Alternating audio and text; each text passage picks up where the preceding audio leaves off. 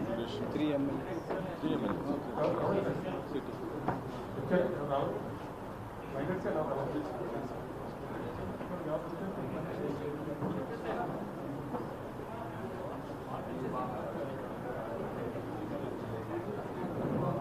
ఈ రోజున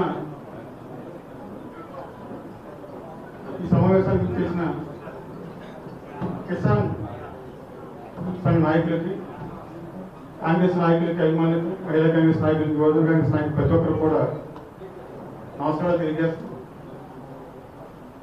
ఈ రోజున రాష్ట్ర వ్యాప్తంగా బీజేపీ పరిపాలనలో రైతుల పట్ల ఏ రకంగా నిర్ణయం వ్యవహరిస్తున్నారో, విమర్శలు వ్యవహరిస్తున్నారు. 3 బిల్లులు రద్దు చేశామని చెప్పి దానిపైన ఎటువంటి ఇంప్లిమెంట్ చేయకుండా, అలాగే కొత్తగా విద్యుత్ చట్టం తీసుకొచ్చి మోటార్లకి మీటర్లు వేసే కార్యక్రమం, మద్దతు ధర లేకపోవడం, రైతులు పూర్తిగా నిర్వీర్యం చేసే పరిస్థితుల్లో బీజేపీ పరిపాలన సాగుతున్న ఉద్దేశం మీద వాళ్ళని ఎదుర్కోవడానికి, పోరాటం చేయడానికి దేశవ్యాప్తంగా ఉన్న అన్ని రైతు సంఘాలను కలిపి సంయుక్త కిసాన్ మోర్చా అనే పేరుతో వాళ్ళ ఆధ్వర్యంలో మరి రోజున మన రాష్ట్రంలో మరి మీటింగ్ అనేది జరిగింది. ఆ మీటింగ్ ముఖ్య ఇదిగా మనకు అదృష్టం ఏంటంటే దేశంలో ఏ రాష్ట్రంలో కూడా కిసాన్ కాంగ్రెస్ సెల్ని రైతు సంఘాల వారు పిలవరు. కానీ ఇక్కడ కొంత నుంచి కూడా ఇక్కడ కిసాన్ సంఘం ప్రతి రైతు కార్యక్రమంలో పాల్గొనడం వల్ల మరి మనకు మంచి అవకాశం ఇచ్చి మన అధ్యక్షుల్ని ముఖ్య ఇదిగా మరి కిసాన్ సంయుక్త మోర్చా వారు పిలవడం, అక్కడ ఆయన మాట్లాడి అందరినీ కూడా ఆకర్షి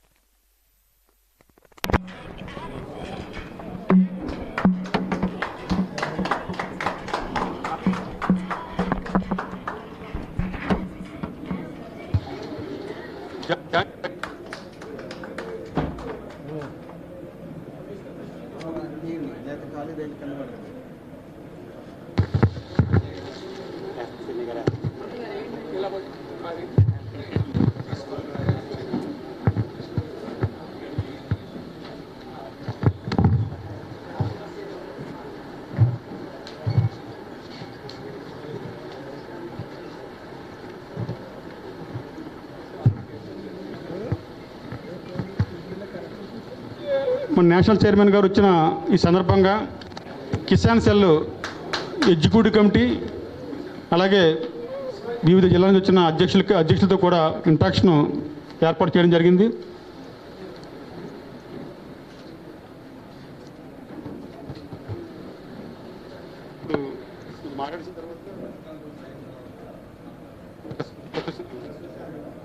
మరి ప్రెస్ కాన్ఫరెన్స్ ఉంది, ఇప్పుడు దాన్ని మన అధ్యక్షులు రుద్రరాజు గారు నిర్వహిస్తారు.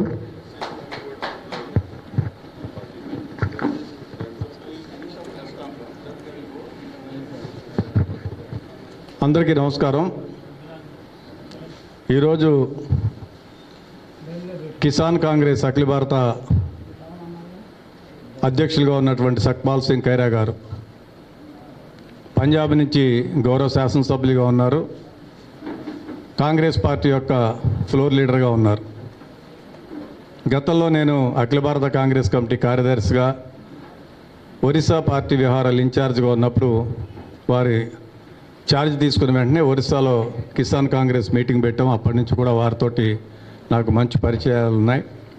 సో వారు ఈరోజు మన కిసాన్ కాంగ్రెస్కి సంబంధించినటువంటి మిత్రులందరితోనూ కూడా కలిసి మాట్లాడదామనేటువంటి ఉద్దేశంతో ఇక్కడికి రావడం జరిగింది.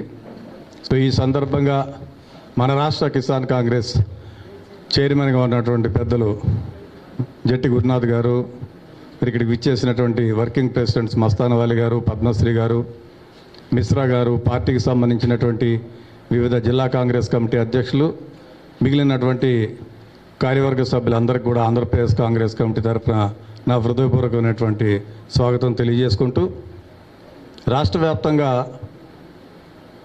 రైతాంగానికి కానీ రైతులకు కానీ చేసింది కాంగ్రెస్ పార్టీ. ఉచిత విద్యుత్ దగ్గర నుంచి 99 ఎన్నికల మేనిఫెస్టోలో ఆనాడు రాజశేఖర రెడ్డి గారు పిసిసి ప్రెసిడెంట్గా ఉండగా మనం ఉచిత విద్యుత్ అనేటువంటిది రైతుల కోసం పెట్టడం జరిగింది. ఆ రోజు నుంచి 2014లో కాంగ్రెస్ పార్టీ అధికారంలో ఉన్నటువంటి అన్ని సందర్భాలను కూడా రైతులకు సంబంధించి, రైతాంగానికి సంబంధించి అనేటువంటి కార్యక్రమాలు కాంగ్రెస్ పార్టీ చేసింది. ప్రధానంగా రుణమాఫీ దగ్గర నుంచి యూపీఏ ప్రభుత్వం ఉండగా మనం చేసినటువంటి, కేంద్ర ప్రభుత్వం చేసిన రుణమాఫీ దగ్గర నుంచి ఈ రాష్ట్రంలో ఉన్నటువంటి నీటిపారుదల రంగానికి సంబంధించినటువంటి అనేకమైనటువంటి ప్రాజెక్ట్స్, ప్రధానంగా పోలవరం కానీ, పోలవరం లెఫ్ట్ కెనాల్ కానీ, రైట్ కెనాల్ కానీ, సాధ్యమైనంత మేరకు దానికి కావాల్సినటువంటి ఎన్విరాన్మెంట్ క్లియరెన్సెస్ కానీ ఇవన్నీ కూడా కాంగ్రెస్ పార్టీ చేసింది.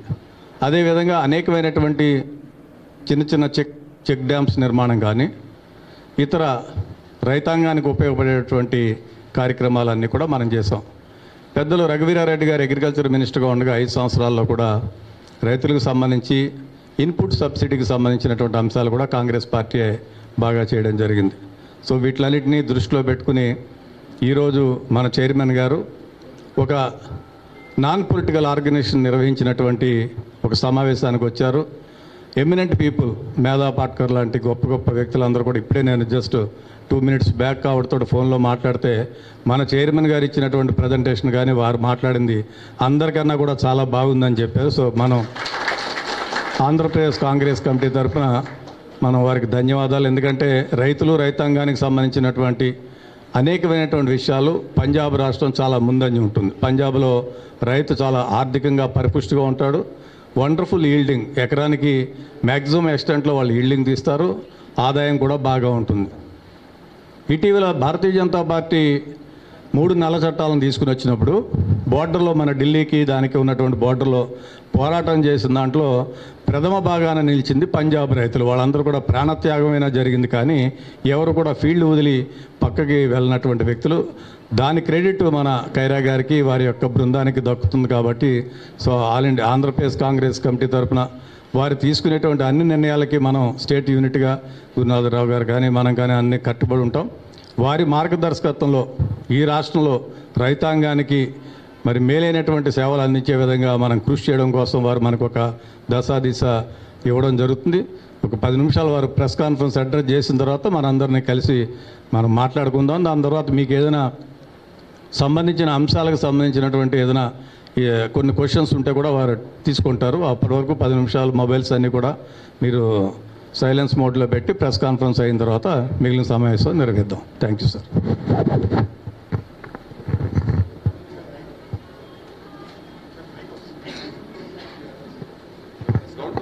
First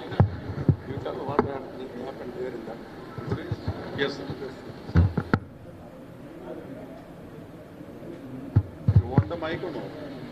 Mic is better. Yes.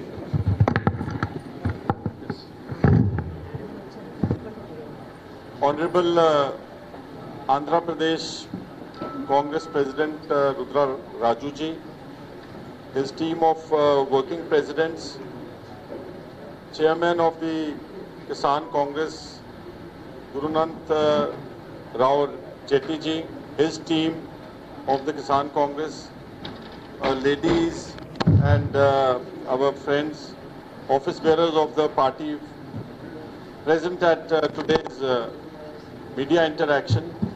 I was here actually to attend the SKM meeting convened by Mr. V.S. Rao earlier in the day, and there was deliberations about how the farmers and farm laborers have to unite to overthrow this fastest BJP government of India.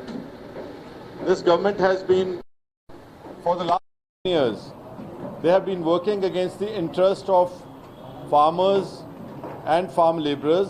Of course, actually against the interest of the country, but I'm specifically speaking about the farmers because I head the farmers wing of the Congress party of the country.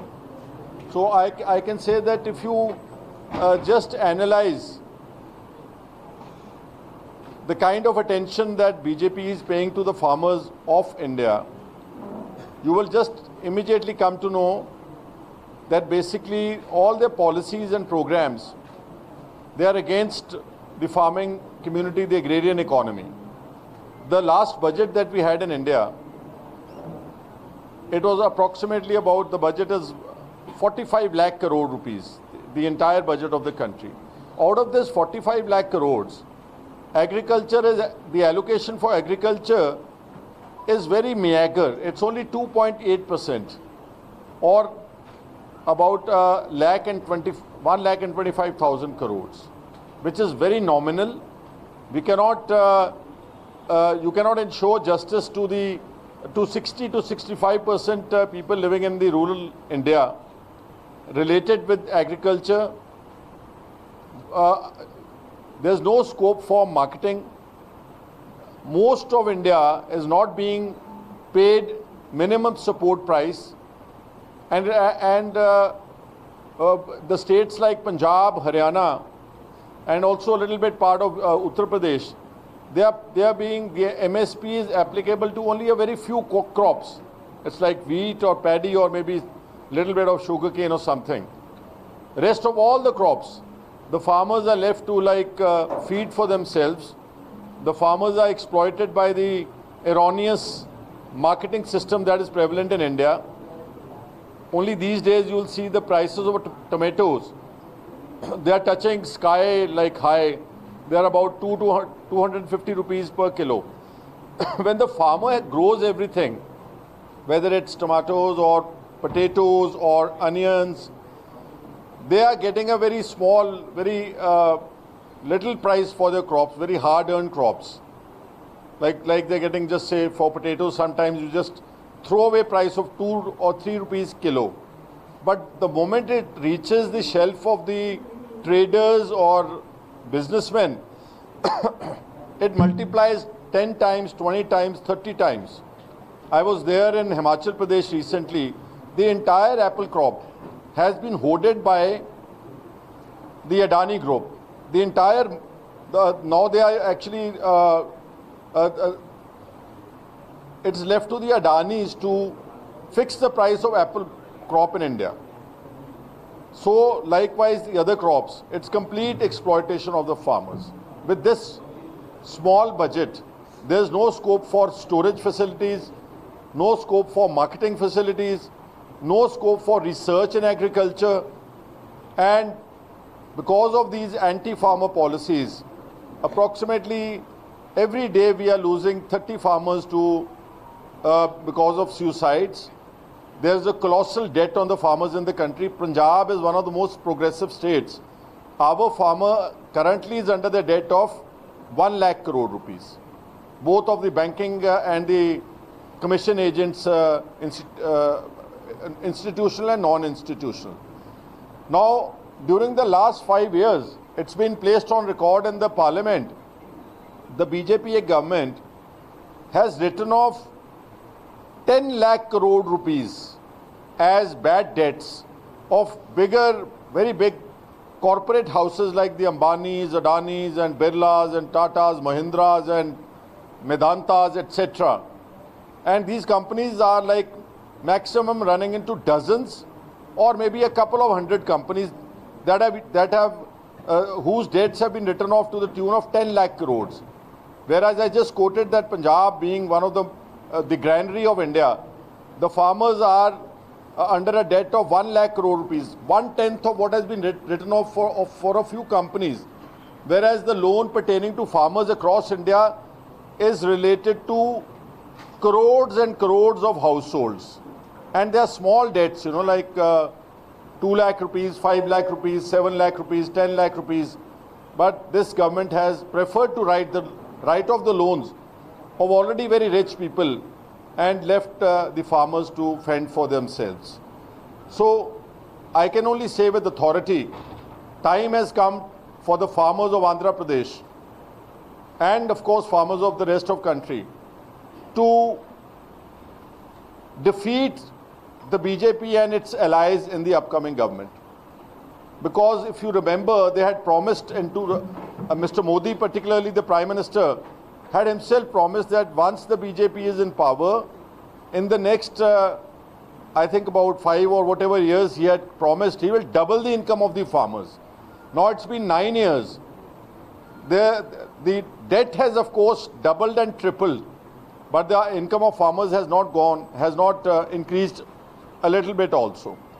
And the fact that farmers went in for such a massive agitation, the SKM and the farmers of all over the country converged in Delhi and they protested for one full long year, protesting against the 3 farm laws, the anti-farmer black laws. About 700 to 800 farmers died in Delhi during the protest agitation, but the BJP did not budge. And finally, when they relented, they made a written promise to the farmers, the SKM, the farmer organizations, that we will scrap all the laws, we will give you MSP on most the major crops. I think the demand was for about 36 or 37 listed crops. We will give MSP.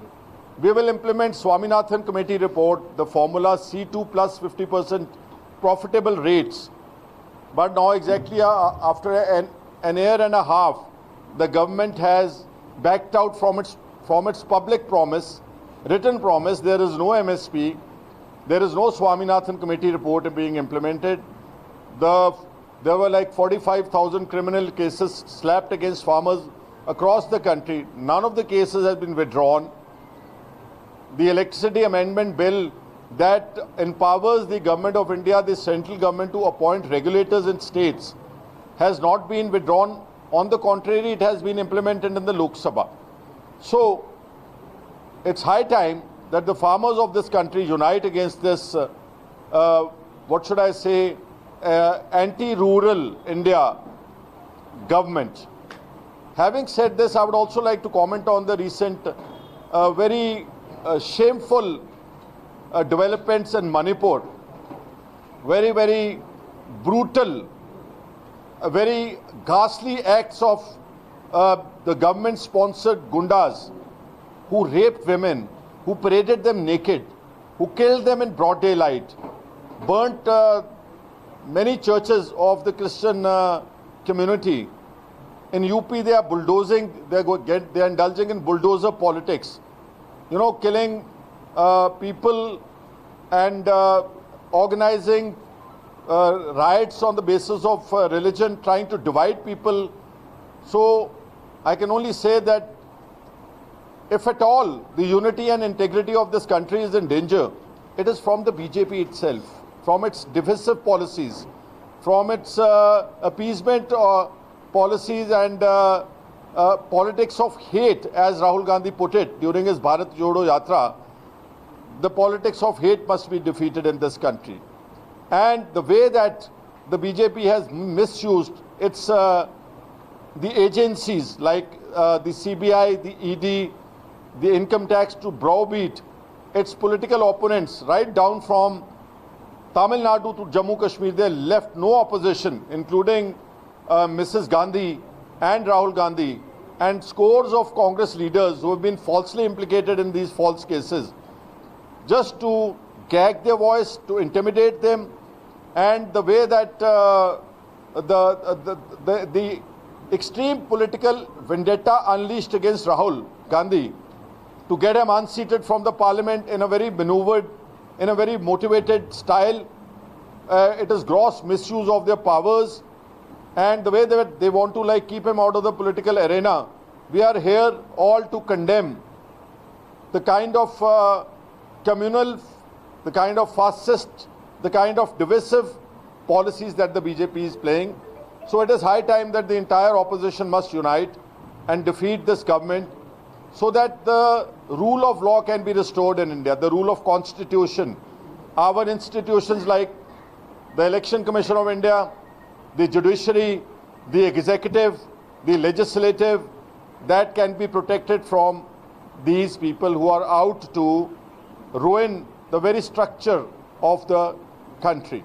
So this is what I actually had to say to the media, and once again I am very grateful to my colleagues and to the media present out here.